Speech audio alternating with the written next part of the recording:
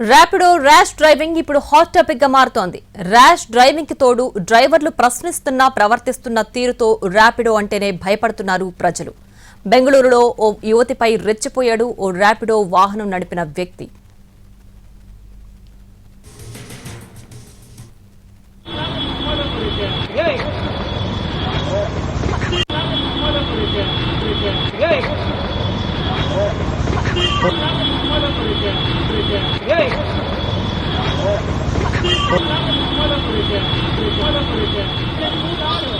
బెంగళూరులోని Jayanagar police station ఏరియాలో ఓ వ్యక్తి రౌడీలా ప్రవర్తించాడు. సిగ్నల్ దగ్గర స్కూటీని ఆపిన యువతిపై దురుసుగా ప్రవర్తించాడు. ఇదేంటి అని అడిగితే ఆమెపై బూతులతో తిరగబడ్డాడు. అంతేకాదు చెంప మీద కొట్టాడు. దీంతో ఒక్క దెబ్బకే ఆమె కింద పడిపోయింది. యువకుడిని పట్టుకుని పోలీసులకు అప్పగించారు.